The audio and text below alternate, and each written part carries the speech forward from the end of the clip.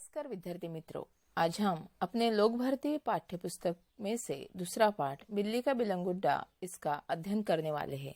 बिल्ली का बिलंगुड्डा इसका मतलब है बिल्ली का बच्चा। इसके लेखक है राजेंद्र लाल हंडा। उनका परिचय। राजेंद्र लाल हंडा जी एक जाने माने कथाकार है। जाने माने का मतलब है ख्यातनाम, मशहूर, सुप्रसिद्ध। आपकी रचनाएं पत्र पत्रिकाओं में सतत प्रकाशित होती रहती है। समसामयिक विषयों पर आपकी रचनाएं सामाजिक समस्याओं को उद्घाटित करती है। समसामयिक विषयों पर मतलब वर्तमान समय या परिस्थिति आदि के विचार से उपयुक्त दृष्टिकोण या सोच, इसके ऊपर उन्होंने अपने रचनाओं का लेखन किया है। गद्य संबंधी। यह एक हास्य कहानी है। जीवन की किसी घटना का रोचक मतलब रुचि बढ़ाने वाली, प्रवाही मतलब आगे बढ़ने वाली, यानी कहानी मतलब क्या है कि जीवन की किसी घटना का रोचक प्रवाही वर्णन कहानी होती है। इसमें किसी सत्य का उद्घाटन होता है। उद्घाटन मतलब सत्य को सामने रखकर हास्य कहानी में इसे हल्के फुल्के हंसी के अंदाज में प्रस्तुत किया जाता है। प्रस्तुत पाठ में हंडा जी ने हास्य के माध्यम से गलतफहमी मतलब कोई बात समझने में धोखा खाना, गलतफहमी के कारण उत्पन्न विशेष स्थितियों का वर्णन किया है। मतलब अगर कोई बात ठीक से जांच परख न ले और अंदाजा बांध ले तो जिन परिस्थितियों का हमें सामना करना पड़ता है और जब सच सामने आता है तब हम हंसी के पात्र बन जाते हैं, इसका यहाँ वर्णन किया है। तो प्रिय विद्यार्थी मित्रों, चलो देखते हैं बिल्ली का बिलंगुड्डा। एक समय था जब घरों में बिल्ली का आना जाना बुरा समझा जाता था। मतलब कई साल पहले बिल्ली को अपशकुनी माना जाता था। उसका हमारे घर में आना अथवा बिल्ली का रास्ता काटना, ऐसी बातों को एक समय में बुरा माना जाता था। परंतु आजकल की परिस्थिति के कारण पुरानी विचारधारा और परंपरा एकदम घपले में पड़ गई है। लेकिन आज की परिस्थिति अलग है।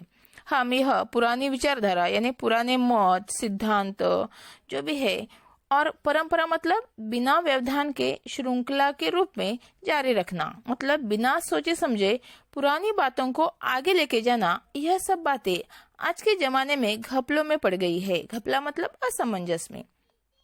आज के युग में वही विचार ठीक समझा जाता है जिससे काम चले। मतलब अगर चीज हमारे काम की है तो उसके बारे में अच्छा बुरा यह बातें नहीं सोची जाती। पिछले दिनों हमारे घर में बहुत चूहे हो गए थे। पिछले दिनों यानी कुछ दिन पहले हमारे घर में बहुत सारे चूहे हो गए थे।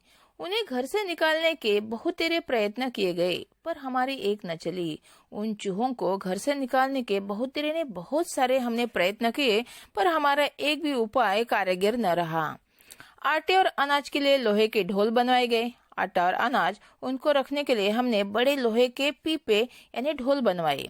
यह उपाय कुछ दिनों तक कारगर रहा और ये जो लोहे के ढोल का जो उपाय है वो कुछ दिन तक कारगर यानी प्रभावी रहा, उपयोगी रहा। परंतु आग बचाकर चूहे इन ढोलों में भी घुसने लगे। लेकिन जो चूहे थे वो आग बचाकर चोरी छुपे इन ढोलों में भी घुसने लगे। इस समस्या पर कई मित्रों से परामर्श किया गया और ये जो चूहों वाली समस्या थी उस पर मैंने बहुत सारे मित्रों से परामर्श ने सलाह ली। आखिर यह फैसला हुआ कि घर में एक बिल्ली पाली जाए और फिर बहुत सारे लोगों से चर्चा करने के बाद मैंने यह फैसला किया कि घर में एक बिल्ली पाली जाए। इस प्रस्ताव पर किसी को आपत्ति न थी और बिल्ली पालने का जो प्रस्ताव सामने आया उस पर किसी को भी आपत्ति यानी ऐतराज या विरोध न था। चुनांचे एक बिल्ली लाई गई। चुनांचे मतलब इसलिए एक हमारे घर में बिल्ली लाई गई। उसकी खूब खातिर होने लगी। उस बिल्ली की खातिरें ने आओ भगत उसकी बहुत सारी खातिरदारी होने लगी। कभी बच्चे दूध पिलाते, कभी रोटी देते। बिल्ली को कभी दूध पिलाते, रोटी देते। उसने भी विधि पूर्वक चूहों का सफाया शुरू कर दिया। उस बिल्ली ने भी विधि पूर्वक यानी व्यवस्थित तरीके से जिस कार्य के लिए बिल्ली को हम घर पे लाए थे वो कार्य उसने शुरू कर दिया। देखते ही देखते चूहे घर से गायब हो गए। सब लोग बड़े खुश हुए। देखते देखते कुछ ही दिनों में चूहे जो थे वो घर से गायब हो गए। बिल्ली के डर से भाग गए। कुछ चूहों को उसने मार दिया और इसलिए हमारे घर के सारे लोग खुश हुए। बिल्ली प्रायः सब लोगों की थाली से जूठन ही खाती इसलिए हमें इसका कोई खर्च भी नहीं पड़ा।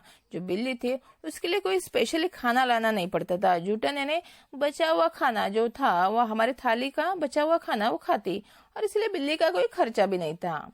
2 महीने बाद वह समय आ गया जब हम चूहों को तो भूल गए और बिल्ली से तंग आ गए। लेकिन 2 महीने होने के बाद चूहों को तो, जो चूहे हमें परेशान करते थे, वो परेशानी को हम भूल गए, चूहों को भी भूल गए, लेकिन बिल्ली से परेशान हो गए। तंग आना यानी परेशान होना।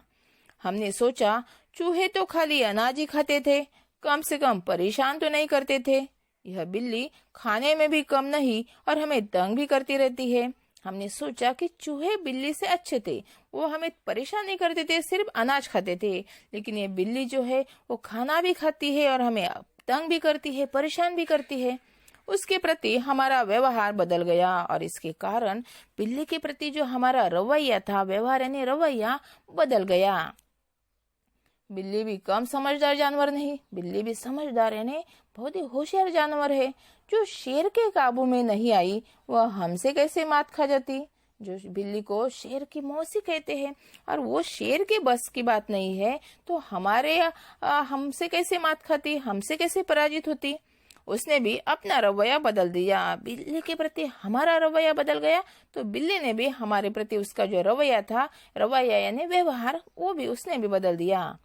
हमारे आगे पीछे फिरने की बजाय वह रसोई के आसपास कोने में दुबक कर बैठ जाती। पहले तो बिल्ली हमारे आगे पीछे घूमती थी, लेकिन अभी हमारा उसके प्रति जो रवैया है, व्यवहार है, जो बदल गया, तो वो भी हमारे आगे पीछे घूमने की बजाय रसोई के आसपास कोने में दुबक कर यानी छुप कर बैठ जाती। जब मौका लगता मजे से जो जी में आता खाती, और जब उसको मौका मिलता तब वो जो उसको चाहिए वो मजे से खा जाती। इस तरह चोरी करते बिल्ली कई बार पकड़ी गई। एक दिन सुबह उठते ही मैं रसोई में कुछ लेने गया। देखता हूँ कि कड़े हुए दूध का दही जो रात को बड़े चाव से जमाया गया था, बिल्ली खूब मजे से खा रही थी। रात को हमने जो दूध का दही है वो बहुत ही शौक से, चाव से ने शौक से जमाया था, और उसका बिल्ली बहुत ही मजे से उसका आनंद ले रही थी, उसे खा रही थी। अब चिंता हुई कि बिल्ली से कैसे पीछा छुड़ाया जाए। पहली चिंता कौन सी थी? चूहों से पीछा कैसे छुड़ाया जाए। लेकिन अभी चिंता दूसरी है, बिल्ली से कैसे पीछा छुड़ाया जाए। मेरा नौकर बहुत होशियार है। मेरे घर में जो नौकर है वो बहुत ही होशियार है। होशियार यानी टैलेंटेड, समझदार है। रात को काम खत्म करके जाने से पहले उसने खाली बोरी के अंदर 2 रोटियां डाल दी और चुपके से एक तरफ खड़ा होकर बिल्ली का इंतजार करने लगा। क्या किया है उस नौकर ने? रात को काम खत्म करने के बाद घर जाने से पहले उसने एक बोरी यानी कि एक थैली, पोता यानी कहते हैं, उसके अंदर 2 रोटियां डाल दी और चुपके से एक तरफ खड़ा हो गया और बिल्ली का इंतजार करने लगा। बिल्ली आई, वह एकदम रोटियों पर झपटी। जब बिल्ली ने रोटियां देखी तो वो झपटी यानी टूट पड़ी। नौकर ने तुरंत बोरी का सिरा पकड़कर उसे ऊपर से बंद कर दिया। नौकर ने भी तुरंत यानी जल्द से उस बोरी का सिरा यानी नोक एक छोर पकड़कर उसे ऊपर से बंद कर दिया। रस्सी के साथ बोरी का मुंह बांध दिया गया और फिर एक रस्सी लेकर बोरी का जो मुंह था, सिरा था, उसे बांध दिया गया। चूंकि अब रात के 10 बजे थे, चूंकि यानी क्योंकि, इसलिए अब रात के 10 बजे थे। मैंने अपने नौकर अमृत से कहा कि सवेरे बिल्ली को कहीं दूर छोड़ाए जिससे वह इस घर में वापस ना आ सके। मैंने कहा कि रात हो गई है, इसलिए अभी रात को मत जाओ, सुबह होते ही सवेरे तुम बिल्ली को कहीं ऐसी जगह छोड़ाओ कि वो फिर से वापस न आ सके। सब लोगों को चाय पिलाते पिलाते अमरू को अगले दिन 8 बज गए। सुबह हो गई। अमरू सब घर वालों को चाय पिला रहा था और चाय पिलाते पिलाते सुबह के 8 बज गए। मैंने याद दिलाया कि उसे बिल्ली को भूली भटियारिन की तरफ छोड़कर आना है। लेखक कहते हैं कि मैंने उसे याद दिलाया कि बिल्ली को उसे ऐसी जगह छोड़ना है, भूल भुलैया वाली जगह, जहाँ से उसे घर का रास्ता न मिले।